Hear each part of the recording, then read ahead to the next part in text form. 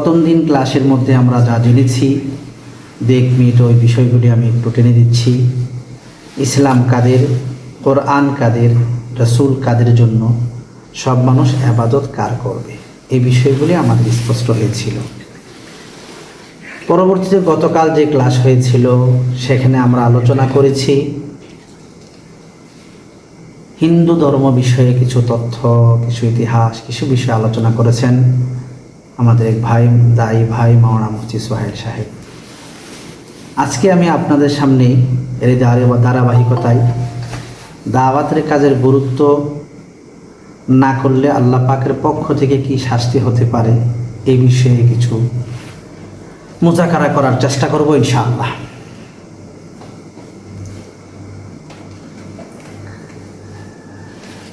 মুসলিম জাতির দায়িত্ব, গুরুত্বপূর্ণ ফরিজা, সেটি হলো দাওয়াত। যত দায়িত্ব আছে, রাসূল তো চলে গেছেন, রাসূল সাল্লাল্লাহু আলাইহি ওয়াসাল্লামের সে দায়িত্ব উম্মতের উপরে দিয়ে গেছেন। এই দায়িত্বসমূহের মধ্যে সবচেয়ে প্রধান দায়িত্ব, গুরু দায়িত্ব, সেটা হলো দাওয়াত। আল্লাহর বান্দাদেরকে আল্লাহর হুকুমে, আল্লাহর নির্দেশে আল্লাহর বান্দাদের কাছে আল্লাহর হুকুম পৌঁছায় দেওয়া, আল্লাহর নির্দেশগুলি পৌঁছায় দেওয়া, এটা হলো একটা গুরু দায়িত্ব মুসলমানদের। যখনই ইসলাম গ্রহণ করবে মানুষ, যখনই মুসলিম হবে বা আমি মুসলিম, সবারই একই দায়িত্ব। জানার পরে আমি জানলাম সত্যটা আরেকজনকে পৌঁছায় দেওয়া, জানায় দেওয়া। আল্লাহু আকবার। এ বিষয়ে কিছু আলোচনা করতে গিয়ে প্রথমেই গোটা পৃথিবীর মানুষগুলি 2 ভাগে বিভক্ত। এক প্রকার হলো সম্মানের মানুষ, সম্মানিত অবস্থান থাকে। আরেক প্রকার হলো লাঞ্ছনা, অপমানজনক মানুষ, যারা অপমানিত অবস্থায় থাকে বা লাঞ্ছনা অবস্থায়। সম্মানী অবস্থায়, লাঞ্ছনা অবস্থায়। প্রথম প্রকার সম্মানী অবস্থায়।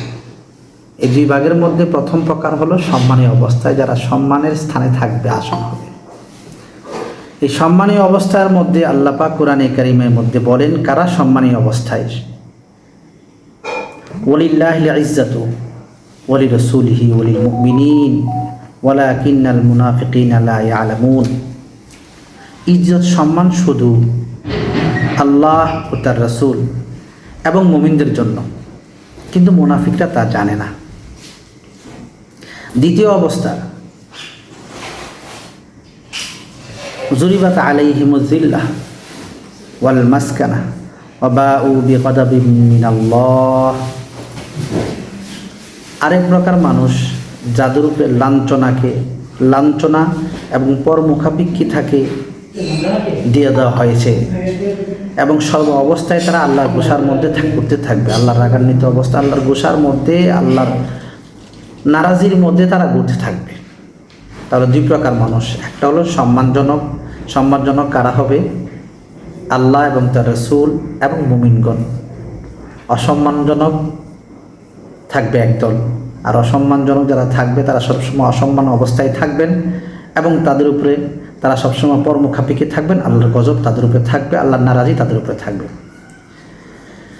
আল্লাহ কোরআনে কারীমের এই 2 প্রকার জাতির অবস্থা, জাতির উপর শাস্তির আলোচনা। কোরআনে কারীমে এই 2 প্রকার জাতির উপর শাস্তির আলোচনা করেছেন। প্রথম প্রকার তো ইজ্জত সম্মানের কথা, দ্বিতীয় যারা এই অবস্থায় আছে। প্রথম প্রকার হলো অস্বীকারী, যারা শাস্তি পাবেন তাদের মধ্যে প্রথম প্রকার হলো অস্বীকারী, যাদেরকে আমরা কাফের বলে থাকি, যাদের কাছে মাওলা পাকের হুকুম পৌঁছানোর পরেও তারা অস্বীকার করেছেন, সে কাফেরগণ। সে কাফেররা অপমান অবস্থায় থাকবেন। দ্বিতীয় প্রকার যেটা, যাদের কাছে আল্লাহ পাকের হুকুম পৌঁছানো হয়েছে, পয়গম্বরদের মাধ্যমে তাদের কাছে দাওয়াত পৌঁছেছে, তারা গ্রহণ করেছে, পরবর্তীতে এক সময়ে তারা নাফরমান হয়ে গেছে, মানে গ্রহণ করার পরে এটাকে গুরুত্ব না দিয়ে অন্যদিকে চলে গেছে, সেটাকে গুরুত্ব দেয়, নাফরমান হয়ে গেছে, মুখ ফিরিয়ে নিচ্ছে সেখান থেকে। এই আয়াতে ব্যাপক আলোচনা, মূলত আয়াতটা বনি ইসরাইলের বিষয়, কিন্তু আমাদের বিষয় হলো সম্মান এবং অসম্মানজনক যে বিষয়গুলি, দুই জাতিকে অসম্মান করা, অসম্মান দিয়ে থাকবেন, লাঞ্ছনা অবস্থায় থাকবেন। একদল হলো যারা কাফের, তারা আরেক দল হলো যাদের কাছে দাওয়াত পৌঁছানোর পরেও তারা দাওয়াতকে গ্রহণ করেছিল, পরবর্তীতে তারা ওখান থেকে আমল ছেড়ে দিয়েছে, এলোমেলো হয়ে গেছে।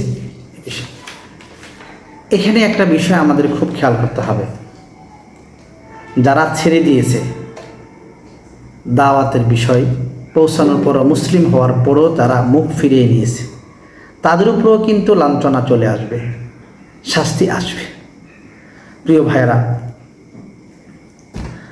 শাস্তি আসার বিষয়টা যেটা আসবে মুখ ফিরে, এটা সবার জন্য। এই যদিও এখানে বনি ইসরাইল বিষয়ে আলোচনা করা হয়েছে, কিন্তু আযাব আল্লাহ পাকের পক্ষ থেকে নির্ধারণ করা, আদালত, আল্লাহর আদালতে নির্ধারণ করা, যেই জাতি হোক না কেন, যেই হোক না কেন, যে শাস্তিটা আল্লাহ পাকের পক্ষ থেকে যার উপরে যে কাজের জন্য যে শাস্তি নির্ধারণ করা, যে অপরাধের কারণে যে শাস্তি নির্ধারণ করা, ওই কাজ যেই করে তার উপরেই এই শাস্তি আসবে।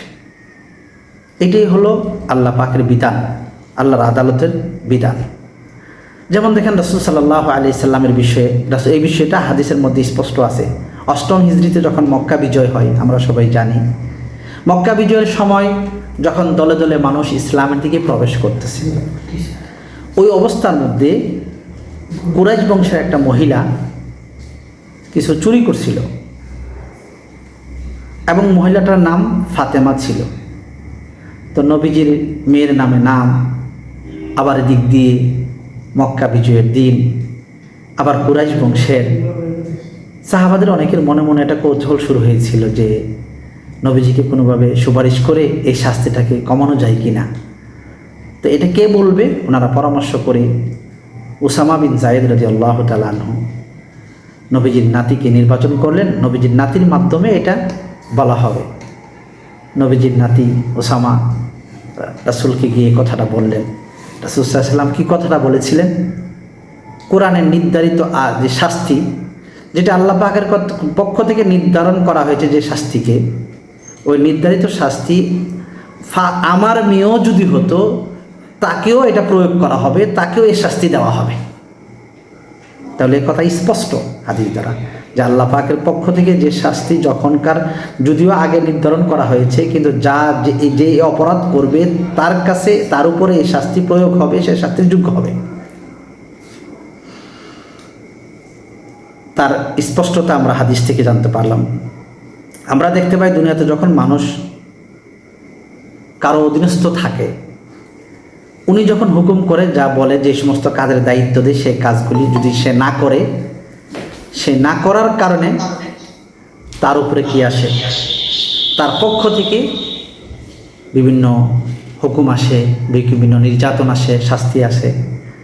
মেরে ভাই, দোস্ত, বুজুর্গ, আল্লাহ পাকের পক্ষ থেকে যে বিষয়, যে বিধান, যে হুকুম আমাদের উপর নির্ধারণ করা হয়েছে, সেটা যদি আমরা না করি, দুনিয়ার মানুষের বেলা বিষয়টা স্পষ্ট বুঝি, তো মাওলা পাকের বিষয়ে এই বিষয়টা আমরা একটু পিছটানি কেমন জানি, যে আল্লাহর পক্ষ থেকে নির্ধারণ করা শাস্তি, সেটা যদি আমি না করি, নির্ধারণ করা হুকুম, যে আল্লাহর পক্ষ থেকে যে নির্ধারণ করেছে, যে হুকুম আল্লাহ যে হুকুম করেছেন, সেই হুকুম যদি আমরা পালন না করি, তাহলে কথা মনে রাখতে হবে, ওই শাস্তি তো আমাদের আরও শক্ত হবে। আল্লাহু আকবার। শাস্তি যে আমাদের মধ্যে আসবে আল্লাহর হুকুম আদায় না করার কারণে, কোরআন হাদিস বিভিন্ন বিষয়ে আমরা টুকটাক পড়াশোনার পরে আমরা যতটুকু বুঝতে পারি, শাস্তি 3 ধরনের হয়ে থাকে। শাস্তি 3 প্রকারে আসে, 3 ধরনের হয়। 3টা কাজ না করার কারণে শাস্তি হয়ে থাকে। 1 নাম্বার হলো অন্যায় কাজের বাধা না দেওয়ার কারণে শাস্তি আসে আল্লাহর পক্ষ থেকে। 2 নাম্বার বিষয়, সত্যকে গোপন করার কারণে, সত্য জানা সত্ত্বেও সত্যটা মানুষের কাছে যদি প্রকাশ না করে, তার কারণেও শাস্তি আসে। 3 নাম্বার বিষয় হলো আল্লাহ পাকের হুকুমের মধ্যে উদাসীন হলে, তখন আল্লাহর পক্ষ থেকে শাস্তি আসে। প্রথম বিষয়, অন্যায় কাজ থেকে বাধা না দিলে, অন্যায় কাজ চললে সেখানে বাধা প্রদান না করলে সেখানে শাস্তি আছে। আমরা সূরা মায়েদার ৭৯ নম্বর আয়াত থেকে জানতে পারি, আল্লাহ পাক বলেন, তারা পরস্পরকে মন্দ কাজ থেকে নিষেধ করতো না। তারা মন্দ কাজের মধ্যে লিপ্ত থাকতো, যারা করতো তাদেরকেও নিষেধ করতো না। এই কারণে তাদের উপরে শাস্তি এসেছিল। এই আয়াত থেকে আমরা জানতে পারলাম পূর্ববর্তী উম্মতরা মন্দ কাজ করা থেকে বাধা প্রদান না করার কারণে আমরা দেখতে পারি তাদের উপরে শাস্তি এসেছে আল্লাহর পক্ষ থেকে। মুনকের বলা হয়েছে, দুনিয়ার সর্বনিকৃষ্ট মুনকের হলো, খারাপ কাজ হলো, আমরা জানি সবচেয়ে বড় খারাপ কাজ হলো শিরিক। এর চেয়ে বড় খারাপ কাজ আসমানের নিচে জমিনের উপরে আর কিছুই হতে পারে না।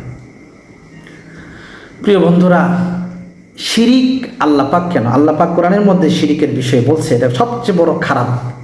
আল্লাহ পাক বলেন সূরা লুকমানের 13 নম্বর আয়াতে, লা তুশরিক বিল্লাহ ইন্না শিরকা লা যুলমুন আযীম বলা হয়েছে যে আল্লাহর সাথে শিরিক করিও না তোমরা।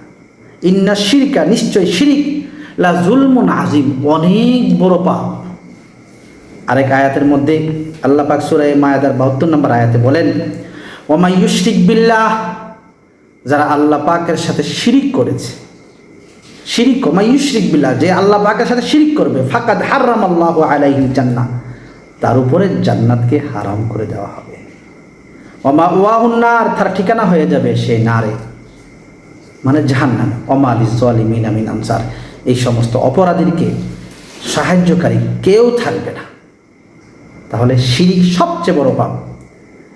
আল্লাহ পাকের বেলা কেন, আমি স্বাভাবিকভাবে যদি আমরা একটা দেখি, দোস্ত আমার বেলা শিরিক করাটাই তো আমি পছন্দ করি না, আমার ব্যক্তিগত বিষয়ে তো শিরকত আমি পছন্দ করি না, তা আল্লাহ পাক কীভাবে পছন্দ করবে? যদি আজকে কথার কথা একটা উদাহরণ মনে করেন, আমার সন্তান আমাকে ছাড়া যদি অন্য কাউকে আব্বু ডাকে, এটা আমি কোনো অবস্থাতে মেনে নিতে পারি না, এবং কোনো বাপ পারবে না। ঠিক আমার স্ত্রী, আমার বিবি আমাকে ছাড়া যদি অন্য কারোর সাথে কোনো মোবাইল ফোনের মাধ্যমে বা কোনো মাধ্যমে সে সম্পর্ক রাখে, অবৈধ সম্পর্ক রাখার চেষ্টা করে, কিছু আনার চেষ্টা করে, তার সাথে খুব মজায় কথা বলে, এমন অন্য কেন আমার অন্তরঙ্গ বন্ধুর সাথেও যদি এই জাতীয় কোনো সম্পর্ক করতে চায়, আমার ভাইয়ের সাথেও যদি রসের কথা বলতে চায়, সেটা আমি পছন্দ করব না। তো দোস্ত, আমার বেলায় আমি শিরিক করা পছন্দ করি না, আল্লাহ পাক কীভাবে পছন্দ করবে তার সাথে শিরিক করা? এজন্য শিরিক সবচেয়ে বড় অপরাধ। কিছুদিন আগে তো আপনারা দেখেছেন সারা দেশে একটা পূজা গিয়েছিল, দুর্গা পূজা। আমার এক বন্ধু আসছিল নড়াইল থেকে, উনি দেখতে আসছিল, উনি এলাকার একজন বিশেষ ব্যক্তিত্ব। আমি বললাম মোটর সাইকেলটা চলে আসছে, আপনি ওখান থেকে চলে আসলেন? এলাকার মধ্যে আমি বিভিন্ন কাজ করতে হয়, স্বাভাবিকভাবে আমার বাবা চেয়ারম্যান ছিল, আমিও তো সামনে ইনশাআল্লাহ নির্বাচন করব, কিন্তু পূজা উপলক্ষে বিভিন্ন পূজা মণ্ডপ থেকে আমাকে দাওয়াত দেওয়া হয়েছে। ওনার কথাটা আমার অনেক ধাক্কা লাগছে। দাওয়াত দেওয়া হয়েছে, এখন আমি এলাকায় থাকলে কোনো না কোনো অবস্থাতে তাদের সাথে আমার সাক্ষাৎ করতে হবে, মণ্ডপে যাইতে হবে। তো সেই কথাটা বলে আমাকে বলা শুরু করলো, তো বলেন খালেদ ভাই, এটা আমি কিভাবে সহ্য করব? আমার বাবার বেলায় আমি সহ্য করতে পারি না, আমি নিজের বেলা সহ্য করতে পারি না, আর যেখানে আমার মাওলা পাকের সাথে, আমার মালিকের সাথে, আমার আল্লাহর সাথে প্রকাশ্য আল্লাহকে বেইজ্জতি করা হচ্ছে, আল্লাহর সাথে শিরিক করা হচ্ছে, আল্লাহকে অপমান করা হচ্ছে, সেটা আমি কিভাবে সহ্য করবো? এটা আমার পক্ষে সম্ভব না। এই জন্য ভাবলাম যে এলাকা ছেড়ে চলে যাই, কাজের অজুহাত দেখাই, ও তাদেরকে বলছে যে আমি একটু দূরে আসি, পরে আর। ওনার কথাটা আমার অনেক ভালো লাগছে এবং দিলে অনেক দাখলা আসলে তো বাস্তব, এটা আমি কিভাবে সহ্য করি? যাই হোক, মন্দ কাজের বাধার মধ্যে সবচেয়ে বড় মন্দ কাজ, সবচেয়ে বড় খারাপ কাজ হলো শিরিক। শিরিক থেকে প্রধানত আমাদেরকে বাধা প্রদান করতে হবে, এটা আল্লাহ পাক কোনো অবস্থাতেই পছন্দ করেন না। যেই কারণে আযাব আসে, তার মধ্যে দ্বিতীয় বিষয় হলো, প্রথম কাজ হলো মন্দ কাজ থেকে বাধা প্রদান না করা, দ্বিতীয় কাজ আসতেছে সত্য জানা সত্ত্বেও সত্যকে প্রকাশ না করা, মানুষকে না বলা। আল্লাহ কোরআনে কারীমের মধ্যে সূরা বাকারার 159 নম্বর আয়াতে আছে, ইন্নাল্লাযীনা ইয়াকতুমুনা মা আনজালনা মিনাল বাইয়িনাতি ওয়াল হুদা ইলা আখিরিল আয়া। এই আয়াতের মধ্যে আছে যারা আল্লাহর দ্বীনকে নিশ্চয় যারা গোপন করে আমি যেসব বিস্তারিত তথ্য এবং হেদায়েতের কথা নাজিল করেছি মানুষের জন্য কিতাবের মাধ্যমে, এই বিস্তারিত বর্ণনার মাধ্যমে যদি আমি নাজিল করেছি, আল্লাহ পাক বলছেন এটাকে যারা গোপন করে তারা অভিশপ্ত, আল্লাহর পক্ষ থেকে তারা লানতপ্রাপ্ত, এবং দুনিয়ার যত লানতকারী আছে তাদের লানতও তাদের উপরে। কত বড় কথা, গোপন রাখা। তো আয়াত দ্বারা আমরা যে বিষয়টুকু আমরা জানতে পারি যে আল্লাহর বিধানগুলোকে প্রকাশ করতে হবে, গোপন রাখা যাবে না। এখন দেখেন এই বিষয়টা যদি আমরা একটু ভাবি, তাহলে দেখি আমাদের দেশে যে অমুসলিম বন্ধুরা আছে ওরা কি জানে? এটা তো আমরা জানি, আল্লাহ কোরআনের মাধ্যমে জানাই দিছে মুহাম্মদ আরবি সাল্লাল্লাহু আলাইহি ওয়াসাল্লাম সব মানুষের জন্য, কোরআন সকল মানুষের জীবন বিধান, ইসলাম সকল মানুষের ধর্মের নাম। সব মানুষ, সমস্ত মানুষ এক আল্লাহর উপাসনা করতে হবে, এই কথা তো আল্লাহ কোরআনের পাকের মাধ্যমে আমাদেরকে জানাই দিয়েছে। কিন্তু আমরা কি তাদেরকে জানাচ্ছি না গোপন রাখতেছি? এখন যদি আমরা নিজেদেরকে আমরা প্রশ্ন করি, দেখা যাচ্ছে এখানে গিয়ে আমরা পাশ কেটে চলি। এই অমুসলিমদেরকে দাওয়াতের বিষয়টা তো কেমন জানি নাসিয়া মানসিয়া হয়ে গেছে, জেহেন থেকেই মনে চলে গেছে, এমন একটা অবস্থা হয়ে গেছে। আল্লাহ মাফ করুক আমাদেরকে। তো প্রিয় বন্ধুরা, যে কথা বলতেছিলাম, তাহলে সত্যকে গোপন রাখে, এর কারণও আল্লাহ পাকের পক্ষ থেকে শাস্তি আসে। তাহলে সত্য স্পষ্ট করে দিতে হবে, মানুষের কাছে বলে দিতে হবে, মানুষদেরকে শিরিক থেকে বারণ করতে হবে, অমুসলিমকে বলতে হবে যে কোরআনটা তোমারই জীবন বিধান, তোমারও ধর্মীয় গ্রন্থ, ইসলাম এটা তোমারও ধর্ম। আল্লাহ পাক কোরআনে বলছেন ইন্নাদ দীনা ইনদাল্লাহিল ইসলাম, একমাত্র তোমার আমার মালিকের কাছে একমাত্র ধর্ম জীবিত বিধান, সেটা হলো আল্লাহর কাছে ইসলাম। এটা ছাড়া মুক্তি পাওয়া যাবে না, অন্য কোনো আদর্শতে মুক্তি পাওয়া যাবে না, মুহাম্মাদের আদর্শ মানা ছাড়া, অন্য কারো ইবাদত উপাসনা করে মুক্তি পাওয়া যাবে না, এক আল্লাহর উপাসনা ছাড়া। এটা স্পষ্ট তাদেরকে বলে দিতে হবে, এটা আল্লাহর কোরআনের কথা, এটা গোপন রাখা যাবে না। আল্লাহু আকবার। তৃতীয় বিষয় আসলো আমাদের কাছে, আযাব আল্লাহ পাকের পক্ষ থেকে আসার তৃতীয় জিনিস হলো আল্লাহর বিধান থেকে উদাসীন হওয়া, আল্লাহর বিধিবিধান থেকে গুরুত্ব না দেওয়া। সূরা আরাফের 165 নম্বর আয়াতে আল্লাহ পাক বলেন সেটা, এই বিষয়টাকে গুরুত্ব না দেওয়া। এখন দেখেন আমরা যারা এখানে আজকে ক্লাসের মধ্যে আছি, আমরা আলোচনা মুযাকারা করতেছি, একটু চিন্তা করি আমরা কতটুকু আল্লাহ পাকের বিধানকে গুরুত্ব দিয়ে থাকি। ইতিপূর্বে এখন আলহামদুলিল্লাহ কিছু ভাইদের ফিকির আসছে, কিন্তু বেশিরভাগের মধ্যে রয়েছে অমুসলিমকে দাওয়াত দেওয়া, ওদেরকে ওরা প্রকাশ্যে শিরিক করতেছে, ওই শিরিক থেকে তাদেরকে বারণ করতে হবে, ওদেরকে বুঝাইতে হবে, হাতে পায়ে দৌড়ে ওদের কাছে চাইতে হবে। এই যে একটা ফিকির, এক চিন্তাধারা, এক মেহনত, এটা মনে হয় এটা কোনো মেহনতই না, এটাকে কোনো গুরুত্বই দিচ্ছে না। এটা থেকে অনেকটা পাশ কেটে চলে যায়। এটাকে একটা কারো কাছে বললো এটা গুরুত্ব দিতে চায় না। বিষয়টা এমন না ভাই, গত ক্লাসেও আলোচনা করছিলাম, ওই যে মুসলিমদেরকে আমরা যদি বিভিন্ন জায়গায় দাওয়াত তাবলীগের মেহনতে যাই, বেয়াদবি মাফ করবেন, কিছু সমালোচনা নয়, আমাদের আত্মসমালোচনা যাই। আমি নিজে দেখছি, আমি নিজেও হয়েছে এরকম, দাওয়াত দিতে গেলে কোনো বাজারে দোকানে ঢুকে গেলে আর ওই দোকানদার যদি কোনো ঘটনাক্রমে হিন্দু হয়ে থাকে, সাথে সাথে মাসকুল যিনি রাহবর থাকে তিনি বলে উনি হিন্দু। এই কথা বলার সাথে সাথে ওই দোকান থেকে একদম কারেন্টের শর্ট দিচ্ছে মনে হয়, এভাবে আমরা বেরিয়ে চলে আসি। এমন কিন্তু হচ্ছে এরকম। কিন্তু বিষয়টা এমন কেন হবে? বিষয়টা তো তাদের হওয়া, তাদেরও দায়িত্ব। এই জন্য আল্লাহর বিধিবিধান থেকে উদাসীন না হওয়া, আল্লাহর বিধিবিধানকে জেনে বিধিবিধান যে যেখানে মানার কথা সেখানে মানবে, যার কাছে পৌঁছানোর কথা সেখানে পৌঁছাই দিবে, এখানে গুরুত্ব দেওয়া। তাহলে তিন কারণে আযাব আসে। 1 নম্বর হলো কি আমরা পড়ছি, 1 নম্বর হলো মুনকার থেকে নিষেধ না করা, খারাপ কাজের নিষেধ না করা। এখানে অনেকে বলতে পারেন যে সৎ কাজের আদেশের কথা বলছেন, ভাই মুনকার থেকে নিষেধ না করা, এটার কাছে সৎ কাজের আদেশটা চলে আসে। আমাদের এক উস্তাদ বলছিলেন, ওনার কাছে গিয়েছিলেন এক লোক, যে আমি দ্রুত পরিবর্তন হতে চাই, কিভাবে হবে? তো উনি বলছে গুনার কাজ ছেড়ে দাও। তো গুনার কাজ ছেড়ে দিলেই তো সব নেক হয়ে যায়। যাই হোক, 2 নাম্বার ছিল এক নম্বর হলো মুনকের থেকে নিষেধ করা, খারাপ কাজকে বারণ করা, নিষেধ করা, মানুষকে না করতে না দেওয়া, তাকে বোঝানো। 2 নম্বর কাজ হলো সত্যকে গোপন করা। সত্যকে গোপন করলে, খারাপ কাজ থেকে আর নিষেধ না করলে, এবং আল্লাহর হুকুম হাকাম থেকে যদি আমরা উদাসীন হই, তাহলে আল্লাহ পাকের শাস্তির জন্য অপেক্ষা করুন, শাস্তি চলে আসবে। শাস্তির বিভিন্ন ধরন হতে পারে। বিভিন্ন ধরনের মধ্যে কখনো আল্লাহ পাক বিভিন্ন আযাব গজবের কথা দেখাইয়া আমাদেরকে ভয় দেখায় কোরআনের মধ্যে বলেছেন, আবার কখনো আগের উম্মতদের ঘটনা বর্ণনা করে যে এই কাজ করলে এরকম শাস্তি হবে, এটা দিয়ে আমাদেরকে সতর্ক করেছে। আল্লাহ পাক কোরআনে কারিমের সূরা ইউনূসের 13 নম্বর আয়াতের মধ্যে বলেন না, ওয়ালাকাদ আহলাকনাল কুরুন মিন ক্বাবলিকুম, অনেক সম্প্রদায়কে আল্লাহ পাক ধ্বংস করে দিয়েছে তাদের জুলুমের কারণে। রাসূলের পক্ষ থেকে তাদের কাছে বিধিবিধান আসার পরও তারা এগুলা থেকে এলোমেলো হয়ে গেছে, মুখ ফিরে নিচে। এইভাবে আল্লাহ পাক অনেক কমকে তো কষ্ট দিয়ে শাস্তি দিয়েছেন, ধ্বংস করে দিয়েছে। আল্লাহু আকবার। তাহলে আল্লাহ পাকের পক্ষ থেকে শাস্তি আসবে। শাস্তি আসে 3 ভাবে। 1 নম্বর হলো আল্লাহ পাক আকাশ থেকে শাস্তি দেন, উম্মতদের উপর দিয়েছেন অতীতে, জমিন থেকে দিয়েছেন, আবার পরস্পরের মধ্যে মতবিরোধ সৃষ্টি করে একটা অশান্তি বিরাজক সমস্যা সৃষ্টি করে দিয়েছে।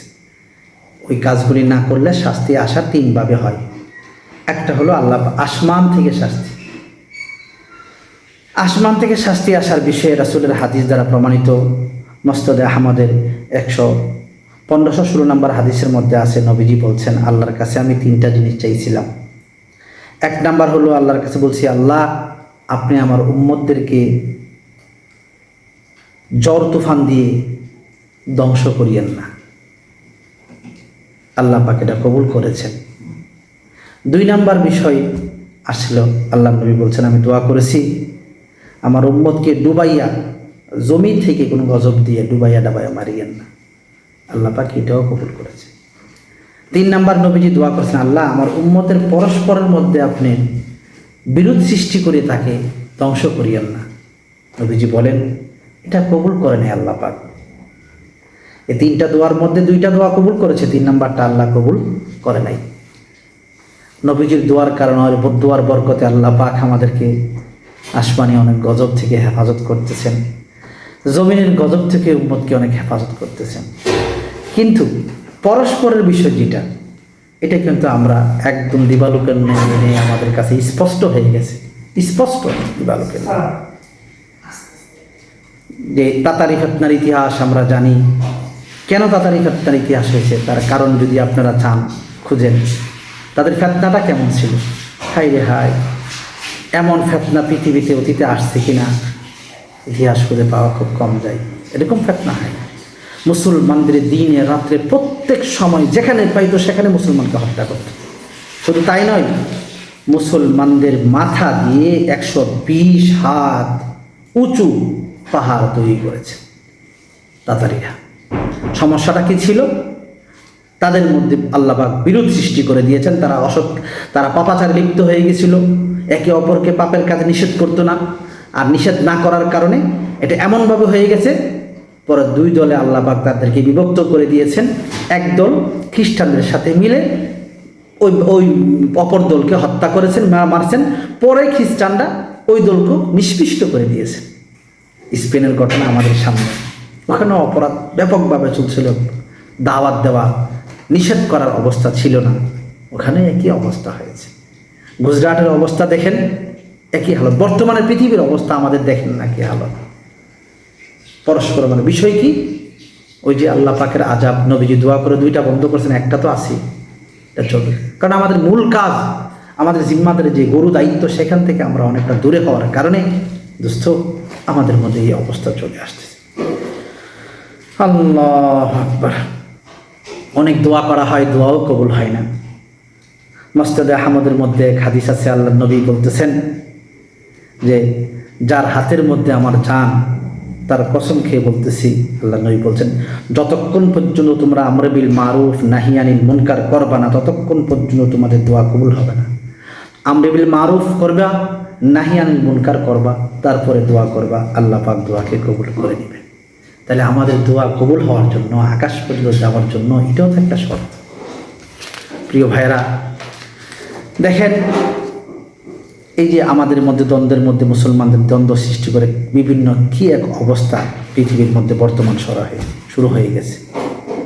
যাই হোক, তাহলে যে কথাগুলি আজকে আমি বলতেছিলাম, আমর বিল মারুফ না করলে আল্লাহর পক্ষ থেকে শাস্তি আসার যে 3টা পথ, 1 নাম্বার পথ হলো নাহি আনিল মুনকার করা, 2 নাম্বার বিষয় হলো সত্যকে গোপন না করা, যার সত্য যার হক সেটা তার কাছে পৌঁছায় দেওয়া, 3 নাম্বার বিষয় হলো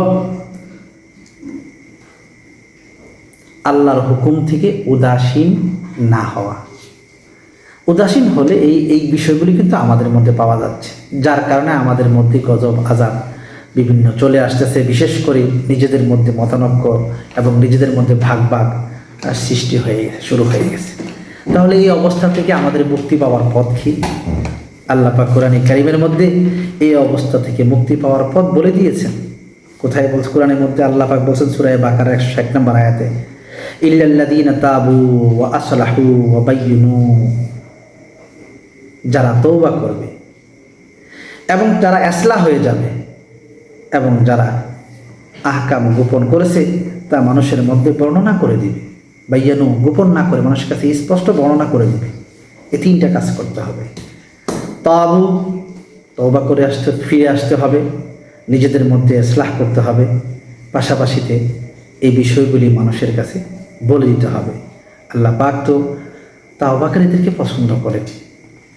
তো আমরা এই দাওয়াতের যে কাজ, আমাদের শিখার যে উদ্যোগ, আল্লাহ পাকের আযাব থেকে, আযাবে এলাহি থেকে বাঁচার জন্য, আল্লাহর শাস্তি থেকে বাঁচার জন্য আমাদের এই কাজগুলি খেয়াল রাখতে হবে।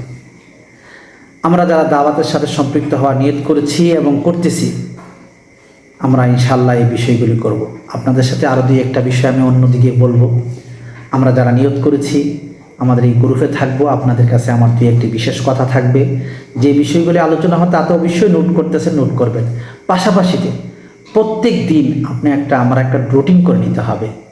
এই রুটিনের মধ্যে প্রথম থাকবে যারা দায়ী হবে, যারা দাওয়াতের কাজ করবে, দাওয়াতের কাজের নিয়ত আছে, তার জন্য 1 নাম্বার প্রত্যেক দিন কমপক্ষে 7টা 2টা আয়াত দাওয়াতের উপরে মুখস্থ করা। 2 নাম্বার একটা হাদিস মুখস্থ করা। 3 নাম্বার যে সমস্ত ধর্মতথ্য বিভিন্ন বই থেকে বলা হয়, বিভিন্ন গ্রন্থ থেকে হিকমা হিসাবে উপস্থাপন করা হয়, খ্রিস্টবাদ হোক, হিন্দু ধর্ম থেকে হোক, বৌদ্ধ থেকে হোক, ত্রিপিটক থেকে হোক, শ্রীগুরু গ্রন্থ থেকে হোক, যেগুলো তথ্যগুলি উপস্থাপন করা হবে সেগুলাকে একটু মুখস্থ করে নেওয়া এবং প্র্যাকটিক্যালি ময়দানে কিছু কাজ করার চেষ্টা করা। আমি প্র্যাকটিক্যালি ময়দানে যদি আমি কাজ করার চেষ্টা করি তাহলে দিন দিন আমার অভিজ্ঞতা বাড়বে। বিভিন্ন জায়গায় যাব দাওয়াত দিতে, বিভিন্ন ক্ষেত্র আসবে, বাড়বে। আর দাওয়াত দিতে গেলে আমাদের মনে একটা কৌতূহল থাকে, এই যে আমরা 2-3 দিনে যা শিখছি এখন আমরা পারবো দাওয়াত দিতে, একটা কৌতূহল থাকে। যদি আমি দাওয়াত দেই তাহলে সে নিয়ে আমার উপরে চড়াও হয়ে যায়। না না না দোস্ত, এমন নয়। আপনি দেখেন কোরআনে বলছেন ফাইদাল্লাযী বাইনাকা ওয়া বাইনাহু আদাওয়াতুন কাআন্নাহু ওয়ালিয়্যুন হামীম। আপনি দাওয়াত দিয়ে দেখেন, আপনার অন্তরঙ্গ বন্ধু হয়ে যাবে। বাংলাদেশে এমনও এলাকা অনেক আছে, আমরা দাওয়াত দিতে গেছি, এক মাহফিলে গেলাম, এক জায়গায় আলোচনা করতে, ওখানে আলোচনার মধ্যে মুসলিমরাও ছিল, হিন্দুরাও ছিল। পরে হিন্দু বন্ধুরা তারা তাদের গাড়ি দিয়ে আমাদেরকে তাদের বাসায় নিয়ে আসছে এবং রাত্রে তাদের বাসায় থাকতে হয়েছে।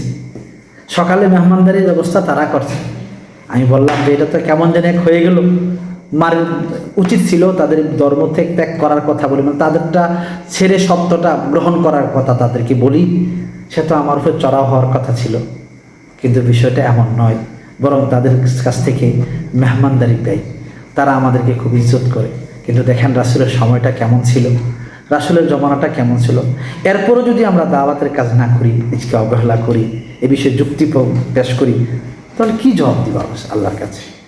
নিশ্চয়ই তো আল্লাহ পাকের আযাব তো চলে আসবে। আমাদের এক ভাই বলেছিলেন যে ভাই, আমার ঈমান তো আবু বকরের মতো নয়, উমরের মতো নয়, সুতরাং উমরের মতো যদি ঈমান থাকতো, আবু বকরের মতো যদি ঈমান থাকতো, তাহলে না দাওয়াতের কাজ করতে। আমার ঈমান তো দুর্বল, তাই এখন আমি কিভাবে দাওয়াতের কাজ করি? তখন আমি বলছিলাম, দোস্ত কথা সুন্দর, আমার ঈমান যেমন আবু বকরের মতো নেই, তেমনইভাবে আমার সামনে যে কুফর আছে, যে শিরিক করেনেওয়ালা মুশরিক আছে, যে কাফের আছে, সেও সেই উমরের মতো না। আরে সরি, বলেছে, সেও আবু জাহেলের মতো না, উতবার মতো না, সাহেব আবু বকর উমরের মতো যেমন আমার ঈমান না, দুর্বল, আমার সামনে যে কাফেরগুলি আছে তারাও দুর্বল।